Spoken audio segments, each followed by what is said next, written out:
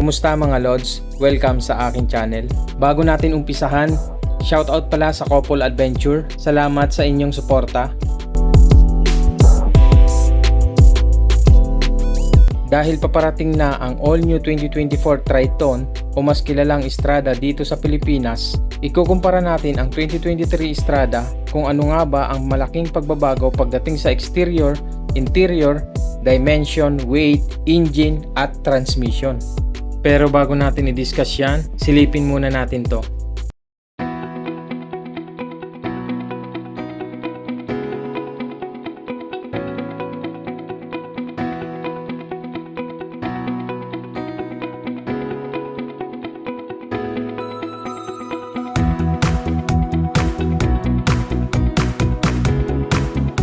Patikim pa lang yan. Tara na, umpisa na natin to. Let's go! Dito muna tayo sa dimension and weight.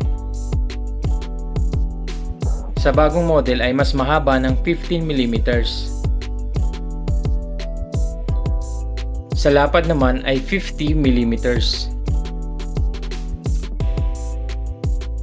Sa taas naman ay 20mm.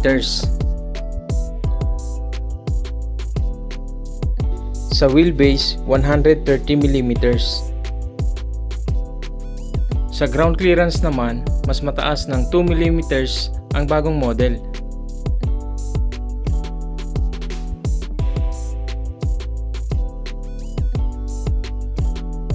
Sa towing capacity naman ay nadagdagan siya ng 400 kg.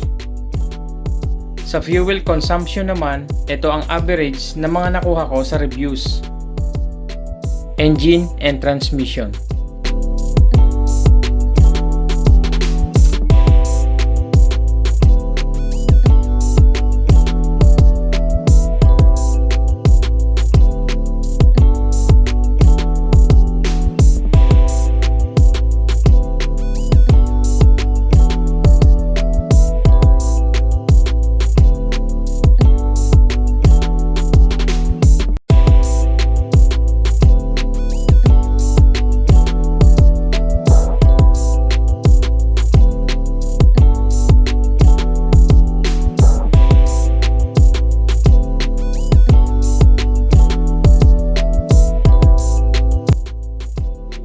Sa interior naman tayo.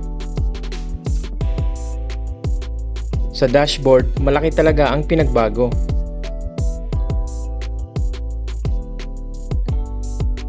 Parehas pa rin sila naka-tilt adjust, telescopic adjust, pero ang nawala sa bagong model ay ang paddle shifter.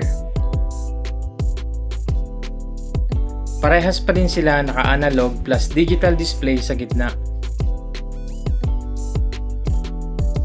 Sa bagong model ay meron ng wireless Apple CarPlay at Android Auto.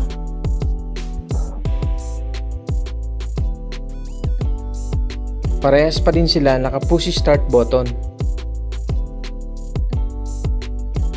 Sa air conditioning, parehas sila naka-dual zone automatic climate control.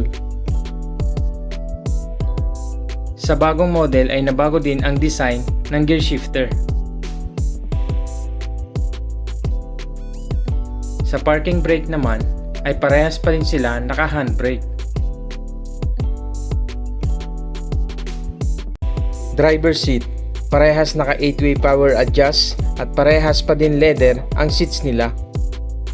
Magkaiba na ang design ng mga upuan nila pero para sa akin mas premium look ang datingan ng bagong design.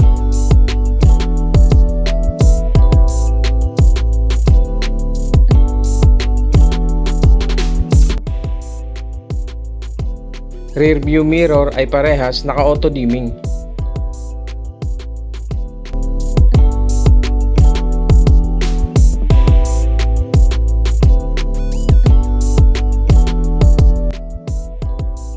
Sa bagong model ay parehas may cup holder sa driver at sa passenger. Dito na tayo sa exterior. Sobrang laki ng pinagbago ng design. Parehas pa din split LED with LED daytime running light. Sa fog light, parehas pa din naka LED. Sa side mirror naman, parehas naka power adjustable at power folding. Parehas din sila merong blind spot warning.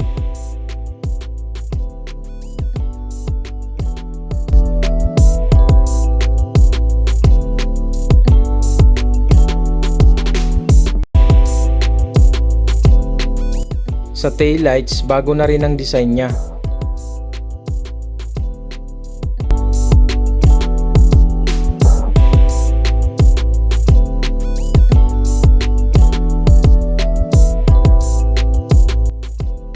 Sa bago nating model ay naka-tailgate lift assist na.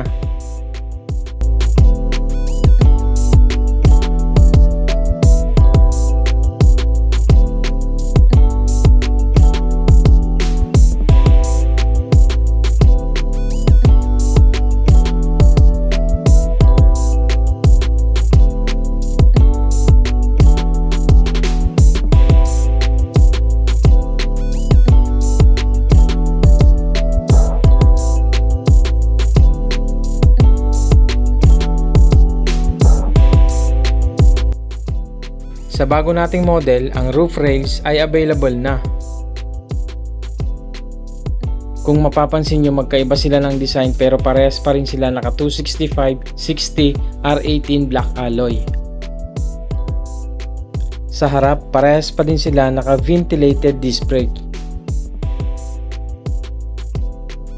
Sa likod naman ay parehas pa din sila naka drum brakes.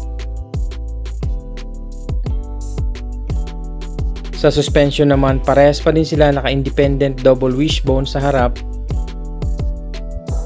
At sa likod naman, parehas pa din sila naka-leaf springs.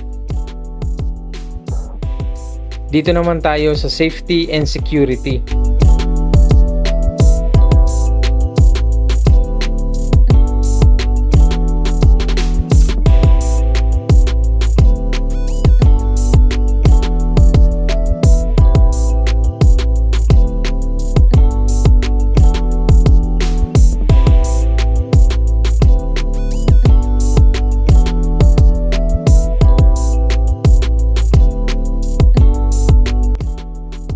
Ito pala ang mga nadagdag sa safety and security sa bago nating model.